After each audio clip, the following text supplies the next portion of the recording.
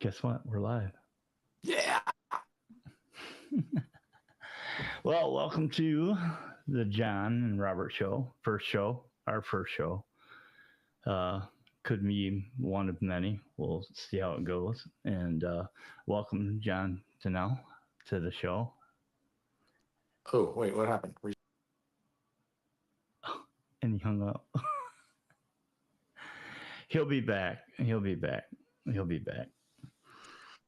I lost you there for a minute. Sorry. Yeah, that's okay. Okay, I'm back. John Tanel. Here I am again, and for the first time.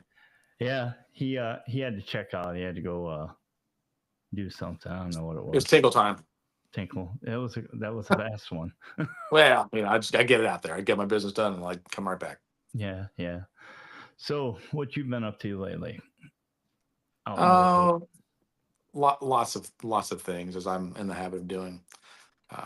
Building a neighborhood. I finished another book recently. Playing music, community garden. yeah. Other things. So you're building a neighborhood like Mister Mhm. Rogers, or It's like Mr. Rogers, but bigger. Like real life size people can live in the houses. oh, okay, okay, okay. All right, Yeah, all right. yeah. And you're not gonna have any of the puppets. So far, no. I mean, I think that if there's any politicians there, then we'll definitely have some puppets living there. But Oh no. oh, Oh, you said you said the p word I did. twice. Yeah, no, Oh man. we're building 11 houses around a lake, so that's we started that. Well, we broke ground yesterday, so that's good. Oh, that's cool. Cool. Yeah, Are these low income or? I wouldn't say low. It's 4 bedroom, 2.5 bath, 2 car garage on a half acre that backs up to a 1 acre lake. So probably No, that four or wouldn't be five low hundred. income, huh? That'd Yeah, it be would no, it wouldn't be. oh Yeah, yeah, that would be uh middle. middle. Let's say middle. Yeah, somewhere in the middle. If you had a jet boat, then upper. Somebody called me today and said, "Would you consider selling your house?" I'm like, "Or do you want anything remodeled on your house?" I'm like, "Oh, absolutely." He goes, "What do you want?" I was like, "I want an aircraft carrier in the backyard." He goes, "What?" Like, I don't know how the details work because we'll have to meet a have a contractor meet you. I'm like, "Nah, I'm too busy. Just give me an estimate over the phone." Oh, gee. And he goes, "Well, do you have a dock?" I'm like, "No, absolutely not. I want you to carve me something from here to the ocean and then bring the aircraft carrier in and have it built back there." And he's like, "I don't think we can do that." I'm like, "Ah, I mean, we tried." Oh, yeah. Can you imagine what this our mind was thinking? Like, He's like, "Who this did I guy, just call?" who, who is this guy? Does he have that much Yeah. money? Can you imagine, like, how What if much I was like, money? "Take cash or what? Here you go. You How know much how is that? much? Like 11 billion? Cool. Yeah, I got that. No, hold on a second. Let me just open up the safe." He probably gave up. Like he had said, "Man, I think I might have been able to do that." You know? Just a little short. Maybe a smaller one. Oh, he didn't say what size. No, I did. I said I wanted to be able to fit 13 F-16s and a F-35 on there. Oh, you told him what size you wanted. Oh, Yeah, I told him what I wanted. oh, Yeah. that took all the fun out of it. It was fun for me. Oh, yeah, that would be fun. Can you imagine having that much firepower in your backyard That's ridiculous. I mean, I want zero firepower. That's what I want. I just want to be able to love people and not kill them. That's my goal in life. just to have them sit there and you go, look, look what I Look at this. No, I just want to be like, I want your life to be better. I want you to be enriched. I want you to be happy. I want you to be at peace with God. I want you to be full of joy and talented and living life to full. I don't want to shoot you. That's not my goal. got. I just want to take you for a real fast drive. Real fast. Oh man, I couldn't imagine. I just couldn't imagine being having that much money to have an aircraft carrier built at your dock. Well, I get all these, I get these spam calls all the time. I have a business. I have several businesses, so I can't just like not answer because I don't know. And so they'll be like, "You want to sell your house?" I'm like, "Oh yeah." I used to just be like, "Absolutely not," take me off the list.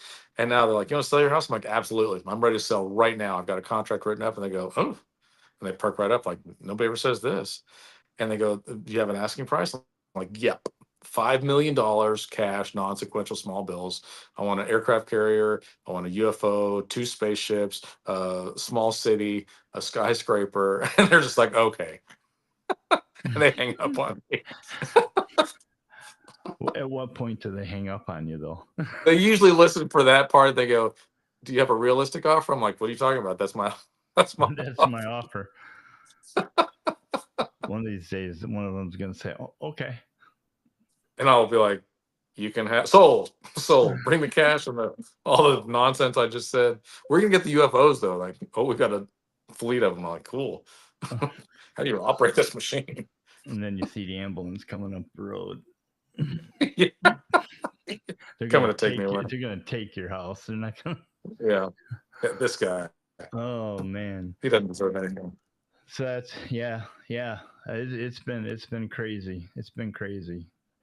I mean, I've been out here working my butt off. I worked for that health facility, and seems like all the air conditioners are starting to break down. Everybody's firing up, and they're calling up. Oh right, yeah, that's every spring is like that. Ain't working. It's like, oh yeah, every spring and early summer's like that. And then when winter time comes around, people are like, oh, my heater doesn't work. I'm like, well, did you think about checking that earlier? Nope.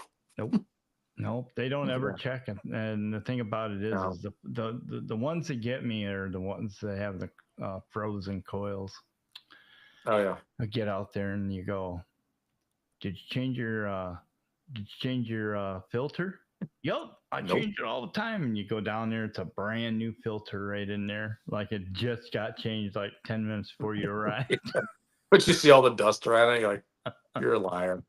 You're a liar. I had so many of those. I go, hey, can you show me that filter you took out before I got here? I just kind of got to get a look at it. Yuck on it. How did you know that? Well, because I know I look at a lot of coils. I know what they look like when they're frozen. You haven't changed that in about 3 years. Like, I've seen some really bad ones. Oh, I had one lady one time walked in her house. She's lived there for 7 years, and I said to her, I go, she goes, her furnace wasn't running. And I go, okay. I go, can you tell me what happened? She goes, it just won't start. And I've never had a problem with it. And I go, all right. So we head downstairs and I go, you know where your furnace is at? And she goes, I have no idea. Is it that? And you're like, that's your washing machine, ma'am. I go, you mean you've lived here for 7 years and you don't know where your furnace is? Is it that thing with the food in it? Like, that's your fridge. She goes, no. I go, have you ever changed your filter? She goes, nope. No, I don't even know I had a filter. And I was like, oh, no. So I ended up crawling over top of a bunch of boxes and fell down into a hole. And there was her furnace. And filter never been changed.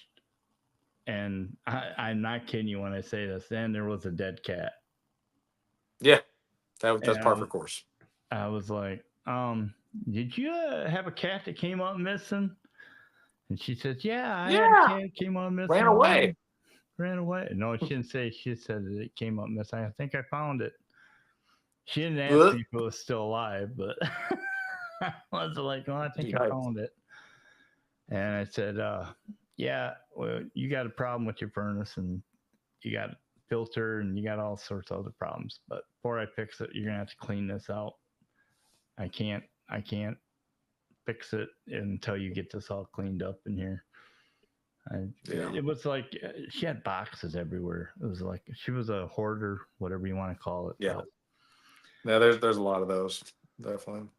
I know, but I've had some ones that I had to say some prayers for. I mean, yeah, I've had some. What's that?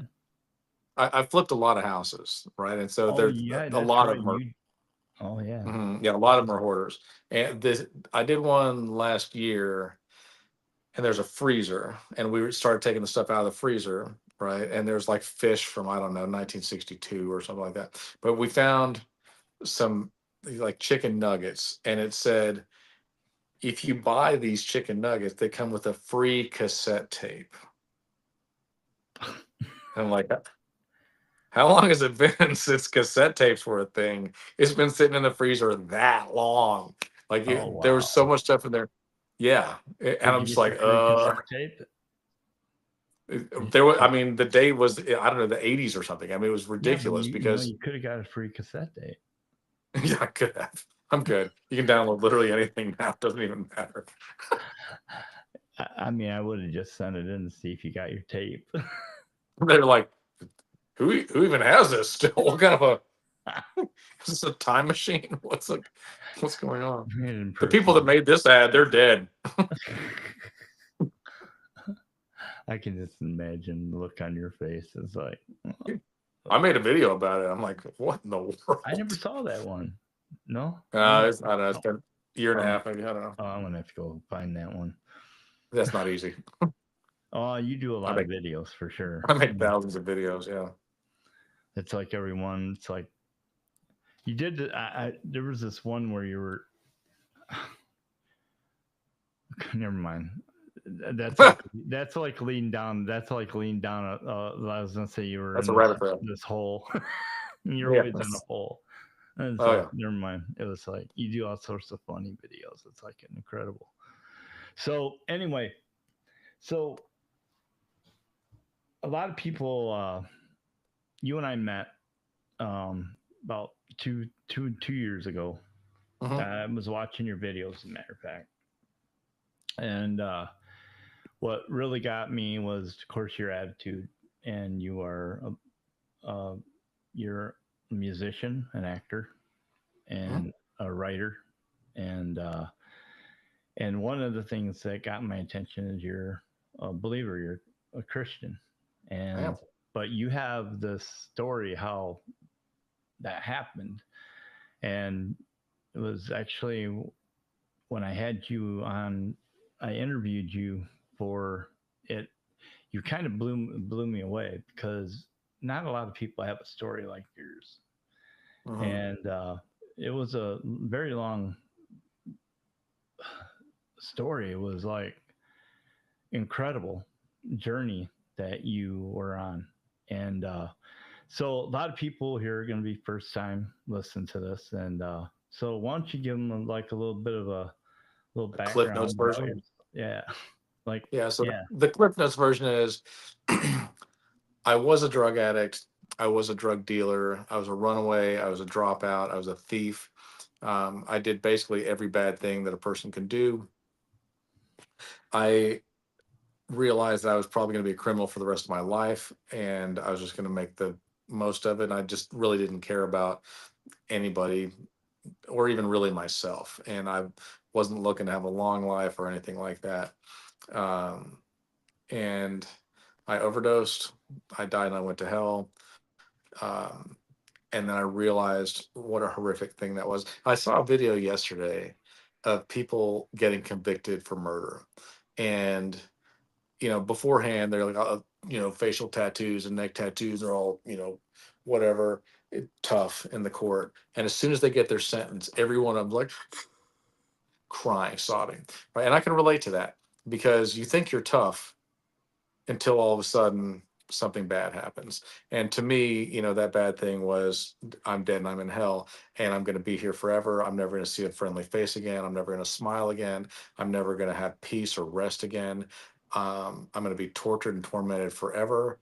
And I deserve this. And I will be here in 100 years, 1,000 years, 1,000,000 years, 1,000,000,000 years. There is no coming out of this. This is what existence is for me forever. And I deserve it. And then I thought there's got to be a loophole. There's got to be some way out. There's got to be something that I can do, to get out of here. And I racked my brain real quick and I was like, there's nothing I can do unless, and I did not believe in God, unless there really is a God and he really has mercy on my soul. And that's my only hope. And so without a thought, I just prayed, God, I know I don't deserve anything from you. I don't know if you're real. but if you'll help me, then I'll do anything that you ask. Like if you'll help me out of this, I'll do anything that you ask. I will be yours. I am your slave from here on out. You own me. Please help me. And then he did. And that night my life changed forever. It was a process to get me from the person that I was to the person that I am. But it was a relatively quick process, and God stepped in and steered me in the right direction, and gave me the right what I needed to hear and what I needed to learn. And I found a Bible pretty quick, and I read it cover to cover. Um, and then I ended up getting saved. I ended up getting baptized, and then I got rid of all the drugs. I got rid of all the bad habits, all the things. And I was just like, I'm sold out for God. He saved me, and I wouldn't want my worst enemy to go to hell. And if I can do anything to stop even one person from going there and pull them out of the fire, I would have wanted somebody to do that for me. And so I've dedicated the rest of my life to helping out, Right. helping people to find their way to God. Well, it's tough. I mean, when you're on that path, and I mean, for me it was a little bit different, but for you, it was a hard one too. I mean, Yeah. I mean, all your life you struggled your whole entire life up until, you know, Hmm. up until your salvation, Yeah. and um it was like uh and yeah, I see what you do now and today. You have you have it. You just you're walking down that path. You have your salvation. You're planting a lot of seeds that are really deep and stuff like that. It's kind of like when before the show we were talking about your garden stuff, how you're Yeah. planting those seeds. You know, Yeah. it was a good analogy. I mean, what you were talking about. There's so many good analogies in this, right? So I don't cook. I don't have food at my house. I've never really kind of cared about food. I'm like, yeah, it's fuel to keep my body going. Like I'm hungry, I eat, I go, right? I'm always kind of on the go.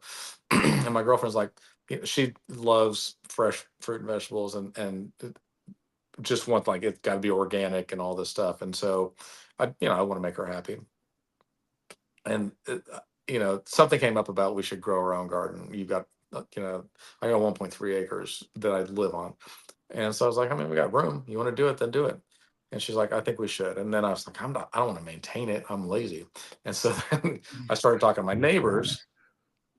Well, yeah, I started talking to my You're not neighbors. I'm like, lazy. eh, I'm lazy on certain things. And so I was like, if you guys help at all, I'll let you have as much food out of this garden as you can eat. Right.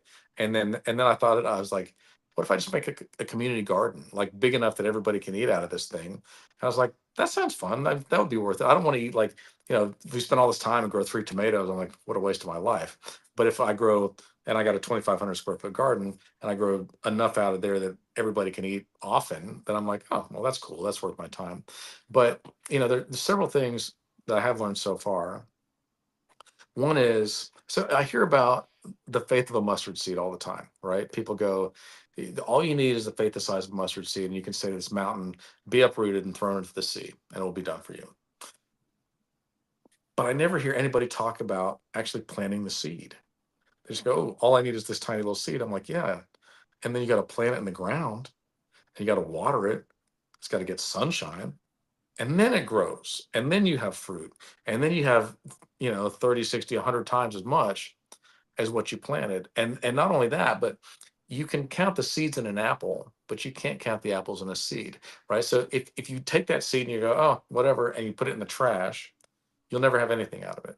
But if you plant it and put it in the ground, it'll grow, and then it'll have many apples, it'll have many seeds that can grow till the end of time, right? And there's the potential in there. And I think that if we hide our faith under a bushel, if we keep it to ourselves and don't plant it and don't do anything with it, if we don't have faith in action, then we don't see any fruit, but we still feel like I'm doing the right thing. And you're like, but are you? Are you doing the right thing?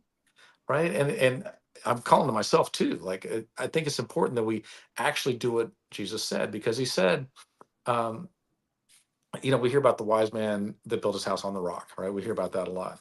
But what he actually says is, he who hears these words of mine and puts them into practice is like a wise man who built his house on a rock. And when the storms came and the floods came, his house stood firm. But he who hears these words of mine and does not put them into practice, he's like a foolish man who built his house on the sand. And when the bad things happen, his house crashes and it's a big calamity. But the important thing that we overlook all the time is putting them into practice, not just hearing the word of God, but putting it into practice, putting that in the ground and going, I'm going to have to tend this and I'm going to have to do a little bit of research. I'm going to have to water it. I'm going to have to nurture it. And if something starts going bad and there's bugs, and I have to deal with that too. And there's so many, um, I think, good life lessons, through that. Another one is, the best time to plant a tree is 20 years ago. The second best time to plant a tree is today. Like, I wish I'd have had a garden this entire time, and I'd been like, I'm really good at this, and the fruit just keeps coming. But instead, I did it, a I couple hear weeks you. ago, and now there's fruit coming. Yeah, Now right. it's And starting. also, oh yeah, no, I got a zucchini off of it today. I'm really happy, and we've eaten several big mushrooms, and then I had some raspberries and cilantro and some spicy lettuce, and quite a few things are growing, and I'm really happy that it's growing up. But I realized that seeds in the package don't do you any good. Seeds in the ground can do something. And I think There that you that's go. true of our faith too, right? That if we just keep it up on a shelf and we never, you see these people, they're like, oh, it's my expensive Bible up there. And you're like, have you read it? And then, even more important, have you applied it to your life? Have you put these things into practice, like on a regular basis? You go, God said to do this, and so I'm doing it. And let's see what happens, Yeah, see, right? a Let's lot of see what people don't happens. do that. A lot of people will sit Most, there and they'll read. Okay, this is the second time you've said that to me tonight. yeah, Most. yeah, Most people will sit there and they'll open up a Bible and they'll read the Bible and they'll go verse by verse. Just because they read a verse, just because they read 5 verses, what are they doing to apply that into their life and everything like? it's exactly right. I mean, that would be like saying, I've got all these exercise magazines and I've got all these fitness magazines and all these health magazines. You're like, cool. Well, you look like 500 pounds. I mean, I don't do anything they say, but I have them all. Right. Right? I look at all these cool pictures and articles I've read, and I can give you all kind of advice. I'm like, I would rather have somebody who actually put it into practice and goes, this is what works and what doesn't, Right. And that's than somebody who's got, with yeah, like your every article or exercise whatever. book, or like your exercise book, reading the Bible is the same Yeah, way. It takes yeah, time. It doesn't happen overnight. All these things to right. apply in your life, it it it, it takes a lot of work. And believe me, I'm one that'll tell you it's a lot of But stuff it's worth it. it oh no, But it's worth it. it's more than worth it. And to be able to walk up to somebody and start, talking to them, and that's another thing. Talking to people about the good news, talking to people about the gospel, making sure you don't scare the people away, and how Oh yeah, you articulate the words, and making sure you're talking to them in a language that they're going they to can understand. understand. You know what Oh I'm yeah, saying? yeah. It, I it, I, talk about that. don't Did you I? believe it's important? It's incredibly important.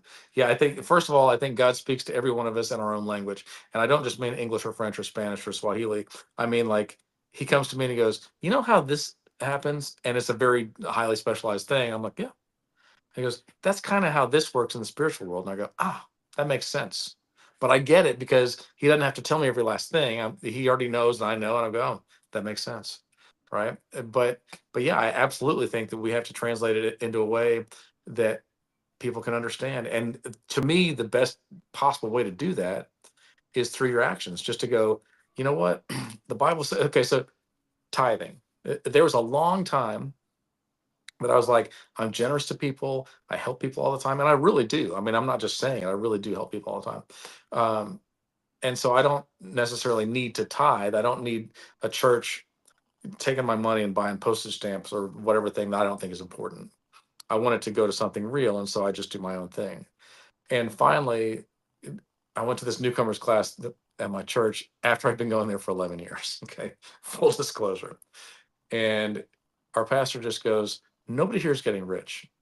We have full transparency on our finances. Nobody here is getting rich. We could all be in the world and make more money. We do this because we believe in it. It's important to tithe because God tells us to, and He will bless us for it. Um, I do one sermon a year on tithing, but so many people have abused it that we never beg for money and we don't ask for money. And so we don't even pass a plate or anything. Right. Right. And that's all he said. And I was like, you know what? He's right. Why am I being stingy? God has blessed me. Why am I being stingy? And I just thought, you know what? I'm just going to start tithing. And it's one thing to say, I read a book on it, blah, blah, blah. It's another thing to say, I started doing it. And I started doing it, and I talked to other people that do it. And I have never met anybody in my life that started tithing and didn't have enough. Never. Not one time. Everybody that goes, I'm going to start tithing, shortly after they go, I can't believe how much more I have. How is that even possible that I'm giving away 10%? I'm only working on 90%. And now I feel like I have 150%. It doesn't even make sense. Right. But God says, test me in this. And he also says that he sent the devourer to eat all your stuff up if you don't. And I'm like, ugh, I don't want that. Like, do you ever feel like there's a hole in your wallet or in your purse and you're just like, ugh. Every time I get a bonus at work, something comes and takes it away. The car breaks down. Every time I get a raise, then taxes go up. It's, something. There's something that eats it right up. The devourer comes. But when you go, look, I'm going to trust God with this. I'm going to give Him what I've got. I'm going to give Him my first fruits. That's what Cain and Abel were contradictory on. Yeah. And I'm just going to trust Him. I'm just going to trust Him. And it's one thing to say, I wonder what that's like. And it's another thing to go, I've done it and I've been blessed beyond measure. And that's not why you do it, but it is true. And I've never heard anybody say, I was praying for my enemy the other day. I've never heard anybody say that. And I'm like, but Jesus specifically says, pray for your enemies. And so one day I did. One day I was like, I prayed for everybody else. What else can I pray about? Pray for all my friends, all my family, that people I know, people I work with, people I care about, people going through bad things. What else can I pray about? And I was like, the Bible says pray for your enemies. And That so I just did. happened to me. That just happened to me this week. There's a guy Yeah. that got me really mad at work, and I was just like, Yeah. I'm gonna pray. I want to pray for him. I'm gonna pray for him. Instead of being mad, I prayed for him. Yeah. I just said, I know, Lord. And that's another thing, how we talk to God. Mhm. How we Well, talk to Him. it matters. And I didn't just pray like, don't make me hate them. Right? Because the truth is, I don't really have anybody that I hate, Right. but I know that there are people that don't like me, right? And so I know that they consider me to be their enemy, or they don't like me, or whatever. And I pray for them in a way that's like, God bless their finances, bless their life, bless their love life, their marriage, their children. Give them peace and hope and love and all those things. And once you pray that for somebody, it's real difficult to think mean thoughts about them, because all of a sudden you see them like a human. You stop demonizing that person and you start going, you're a child of God just like me. And God loves your worst enemy as much as He loves you. And once we realize that, then we go, maybe I'm the one that needs to change. Maybe I'm the one. And all of a sudden, your perspective shifts and you go, now that I see it in this light, I don't want to be the person I was. Right. That's And true. I think that, yeah, I think that there's so many things like that, that if you put them into practice, if you plant the seed and put your faith into action, that then other people see that and they go, what's different about you? I'm like, I don't know, not much. And they go, no. What are you doing different than everybody else? Because everybody else is doing this, or they talk, but you're something different about you. And the more questions they ask, then they go, that's what it is. You're obeying God. I'm like, well, then try it. Right? Like, it's not hard. It's literally it's the easiest thing you can do. And you try it, you go, wow, the results, like they're difficult to argue with. Right? That's Like, true. That's true. That's true. And yeah. people look at you that way too. I Hmm. mean, especially when you're a follower, when you're following God, and people outside, they see you as different. You know what I'm saying? They notice. It's just Yeah, and you don't even see it on yourself. It's like when Moses was up on Mount Sinai and he came down, and his face was shining because just the reflection of being around God, not even seeing him face to face, but that much they were like, you got to cover your face because it's too bright for us. We can't stand to look at you. can you imagine? Right? Can you imagine that? It's like, oh, coming back, like, guess what I just hung out with? It's like, And they're like, you don't have to tell us because we can see it on your face. man. So anyway, well, we're at our 30-minute mark. Oh, that was quick. I told you. I feel like we just said hi. Yeah, it does. It happens that quick. So we will be doing another one here soon. So come back and we'll have another one for you. And thanks again for coming. Yeah, of John. course. My pleasure. If you like it, give us a thumbs up and share. Please share with everybody. And thanks again for our first show. All right. Thanks. Bye-bye.